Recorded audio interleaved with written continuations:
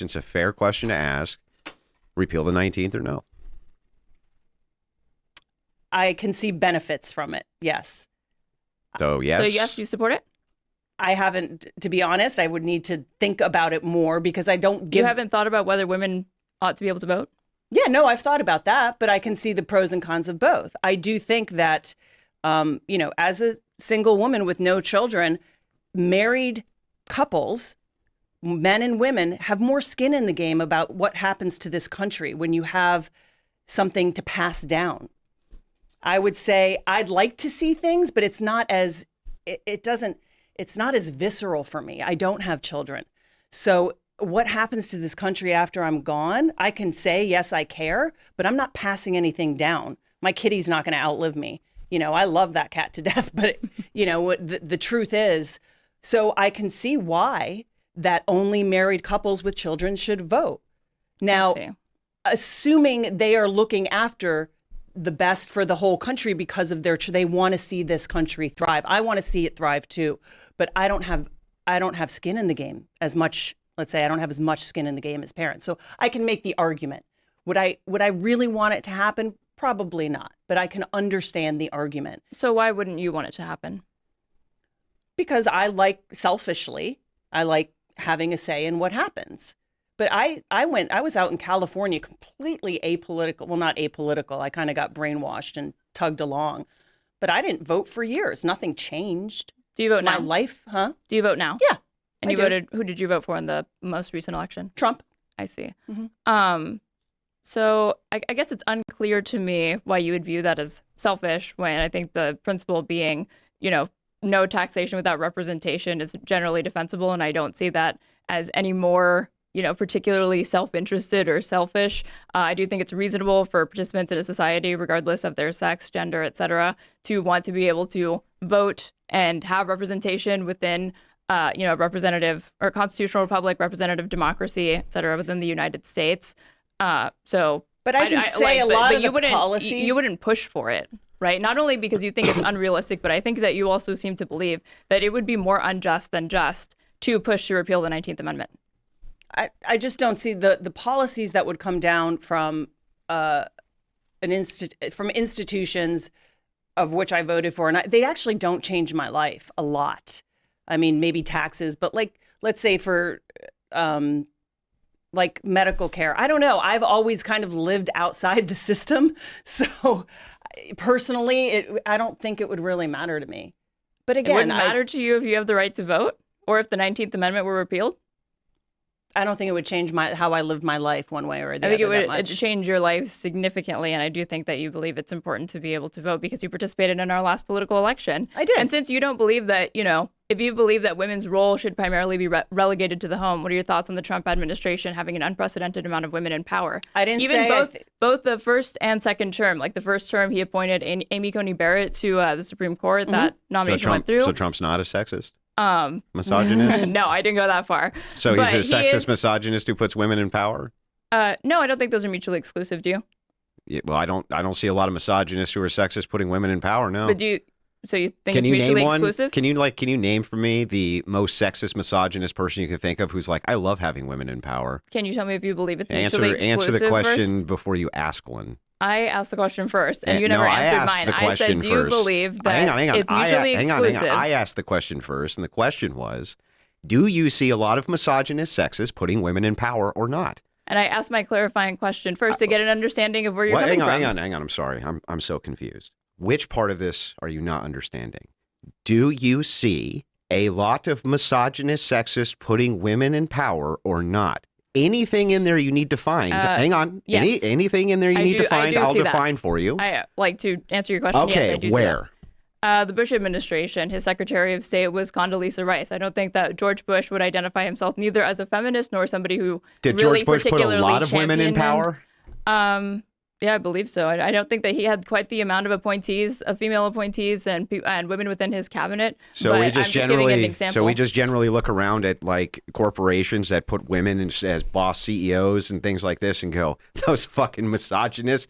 Or does that usually mean something different? Like, for instance, do you think that maybe that would mean or give evidence towards they're not actually misogynistic, sexist Wouldn't that be better evidence for that? No, I don't How? think so.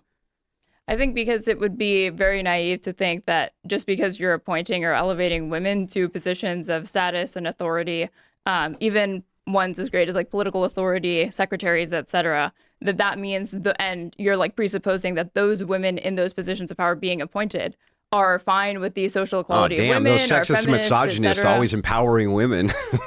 That's like a contradiction in terms. I don't think so. I think it's a contradiction in empowering terms. women that have very rigid ideas of what womanhood and what women ought to be doing with their lives. And in those Which ways, is what? Girl bossing in the administration, in the most powerful positions in the world? Those damn misogynists? Do you think that it's mutually exclusive that you could be sexist but also appoint a lot of women to positions of power?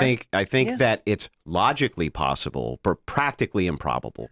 Gotcha. Okay. Yeah. So do you agree with me that Superman's logically possible, Yes. but practically impossible? Correct. Okay, great.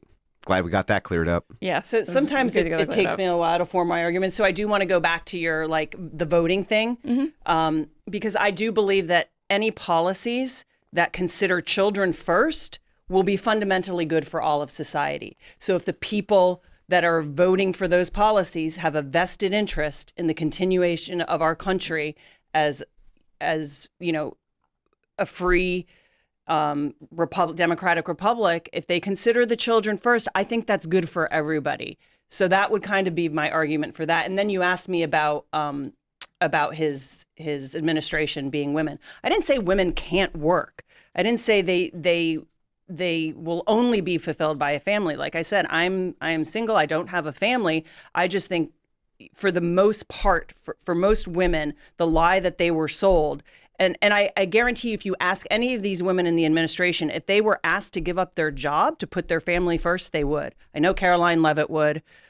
She's probably the worst example you could have picked. She had her baby and then declined to have a maternity leave. I think after like maybe 2-3 days after giving birth, she was right back on the job because she said it was her duty to do this because Donald Trump had faced, I can't remember if it was 1 or 2 assassination attempts at that time, but that's an example of a working woman that actually put her motherly duties secondary to her professional life and her career. But she's also working for someone that she sees that is going to secure the future for her child. Yeah, but it doesn't change the fact that she is prioritizing girl bossing it up and going to work and her professional attainment. You don't know what's in her head, though. You don't know why. Inferences based well, off you're what drawing she's inferences, saying. but you don't know why she's doing what she's doing. I bet if you asked her, she would say, "I want to secure a future for my child that isn't going to tell me that my daughter can become a boy."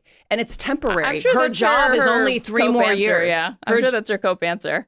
I do think regardless job of is 3 years. her subjective intent, when you analyze the effect that she's having on the world, her actions, she's putting herself first over her domestic duties of being a mother when she could have taken that maternity leave. She could have done that, but she chose to Didn't you say get ahead earlier? in her career. Didn't you say earlier that you have to, by necessity, have a 2-income household? Yeah, for the most part, yeah. If you want to have the best outcomes, then I don't understand. If it's the case that women need to have a 2-income household, right, then aren't they being forced into work situations? And if that's the case, how can you say that her subjective intent is not to put her family first if the requirement to feed her family is to work? I said that I think that that's her cope answer because it just seems to me incongruent given the types of beliefs but it seems women like Caroline Levitt seems like your answer is P and not P. Is kind of rules for thee, not for me. Yeah, sure. Like but she will make the prescription that other women ought to, focus on raising their family, their domestic duties, being a good wife, maybe. Let's assume for a second. But then she's got her kids. Hang on. Have you seen the White House Let us lately? assume there's kids all over the Let's assume for a moment you're right, and she's a total hypocrite and completely wrong. Right. That does nothing for your position. No, I'm not saying it does. I was only saying it's the worst example she could have brought up. I'm just saying that does nothing for your position because your position's P and not P. It's like, yeah, we require 2 incomes in order to raise a family, but look at her girl bossing out there working, not prioritizing her family. That would be P and not P. Andrew, I'm doing an internal critique. I'm saying that based off of Caroline Levitt's espoused personal values, that her actions are at odds with that. Now, I personally don't believe that there's an issue with a woman who is able to provide for her child via hiring nannies, private childcare, if her husband, et cetera, returning to work and declining to have an extended maternity leave. Well, let me do the internal critique back. So sure, then if she's out there and she's working, right, you would say that she is prioritizing family values. Well, yeah, under my belief system, I don't think that those are mutually exclusive. Okay, well then the argument that you have then is pretty weak here, isn't it? Because isn't your argument here that women who are in a position where they're forced to work, right? They have to in order to take care of their families. Everybody has to work. That's not actually a feminist ideal then. That's no longer within the domain of feminism, is it? Because it's a force to work rather than a choice to work. I mean, I would agree, yeah, but then that gets you're arguing from that gets into criticisms of like our economic system and the fact that we don't do more. Yeah, maybe, but we're talking about feminist values right now, and you can't say that it's a feminist value now that women work because by your own logic they have to. It sort of I think supports the claim that feminism has or is destroying the United States in that in the 50s, they were like, hey, ladies, you should go get a job. Don't feel like you have to be stuck at home. They're like, okay, great. So they went and got jobs. And then there was 2 incomes for the family. Then the economy formed around that. And now we're in a position where like, it's not even feminism anymore. Like if you don't have 2 incomes, you better be making twice as much as, it's you're like in the 1%. Or I don't know what the numbers are. It can even be argued. I mean, it depends on what you value. There's plenty of families that have a lot of children and they just, again, is it ideal? But what's your priority? Is your priority vacations to the Bahamas, vacations to Florida? There's plenty of families that sacrifice to do, better and best by their children, which means a mother at home. So I think it depends on where you live. If you're insisting on living in New York City and raising a family, right, then you're going to need a 2-income thing. But if you decide to live in, traveling here from West Palm Beach, I literally went coast to coast to Florida. The middle of Florida is nothing like either side. Yeah, but do you see that her criticism of you now no longer makes sense? Yes, because I do. Yep. From her view, Wait. I still have issues with the way that you're characterizing it. Okay, sure. And then you can respond, I promise. But within your view, if she's out there working and girl bossing all day to bring home that paycheck, that's not a feminist ideal. You criticizing women for working is now no longer on the plate. How can it be on the plate if you say that it's a requirement for survival? So they would be prioritizing family first. It has nothing to do with feminism now. I think there's a difference between what I'm criticizing is that, yes, under our current economic order, if you want to maximize the outcomes for your children, be able to provide for them adequately, dual incomes is ideal. But for one, I also champion change to be able to support young people, families, et cetera, being able to have access to paid paternity leave, not have it all fall solely to the mother. It doesn't change the fact that they have to work. Well, if I could just finish. Paid maternity leave. And as far as, yes, Caroline Leavitt has to work, but does she have to be part of the Trump administration? I do think that there's a difference between a woman getting a job. So now you get to pick women's skill sets? Or she's already there. I think there's a difference between a woman getting a job just because she needs to be able to survive and then trying to allocate the majority of her time, like minimize the amount of professional time that she needs to spend working to earn an income for her family and then maximize the time in the home versus Caroline Leavitt, who is going out of her way to maximize the time that she spends outside of the home and advancing her professional career. So she needs to be a part-time waitress. No, she doesn't need to be, but I'm saying... Does she need to get back to the kitchen, Aaron? Does she need to get back to the kitchen? But I think under Caroline Leavitt's personal worldview, these are the sorts of things that she would be saying that women ought to be doing. No, women ought to be relegated primarily to the home, taking care of their kids, domestic life. If that's the case, and you're saying there's no avenue to do that because you need 2 incomes, then she's she's congruent with your worldview without being a feminist right this second. Do you really think that there's no weight to the fact that you think this? No, I'm about to ask you thoughts on my position.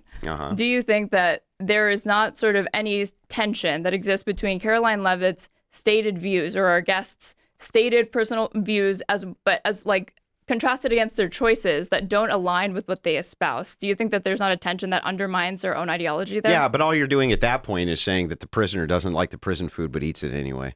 And that's what your view now has reduced to. The prisoner doesn't like the prison food, but he eats it anyway. It's a terrible argument. You're also that's not an argument at all. It's a descriptive observation, for one. And for two, my argument is that we ought to expand programs so we can support people doing these things. It is an argument because you used it as support for feminism. That would be an argument, one. And two, you can make observational arguments. That's the second thing. You know this from philosophy. I've seen your videos. You know at least basic philosophy. Sure. Yeah, you can make descriptive observations, but I think what we're more interested in is exploring the normative claims surrounding these descriptive observations. Well, we haven't done any normative claims. That means moral. We haven't gone into any moral anything. I have a. Oh, wait, yeah, just let me say something. I think that the idea of people who kind of what I call myself is after feminism, a world after feminism. It's not going back to women not working. But I do believe, again, there are biological difference between men and women. You can discuss what different professions, where they're catered toward. She has a very kind of feminine role, like press secretary a lot of the times is a woman. And you don't know how often that child is with her in the White House. They've been extremely accommodating to children in the White House. There's a lot of people bring their kids. Does she bring her kid to work? Yeah. They bring them in the White House. Yeah. Do you think that children ought to be in the workplace? Just wait. Let me just finish. Why Hell not? yeah. Why not? Yeah. Why not? Put those little bastards sweeping the chimneys. Do it immediately. I want 4 years old. I want the coal suit on the face. No. This goes back to home economics. Children used to work on the farm. They used to be they were part of a valuable economic structure of the home. So maybe that's shifting from the home to the workplace. Maybe they're not providing economically, but why not? Why not be flexible about having children when mother can breastfeed? Why not be accommodating to having children around every night? It's not just take your daughter to work one day a year.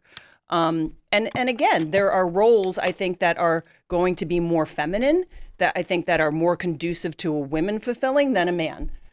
We can talk about construction workers. You want to go down in a manhole and do that job? No.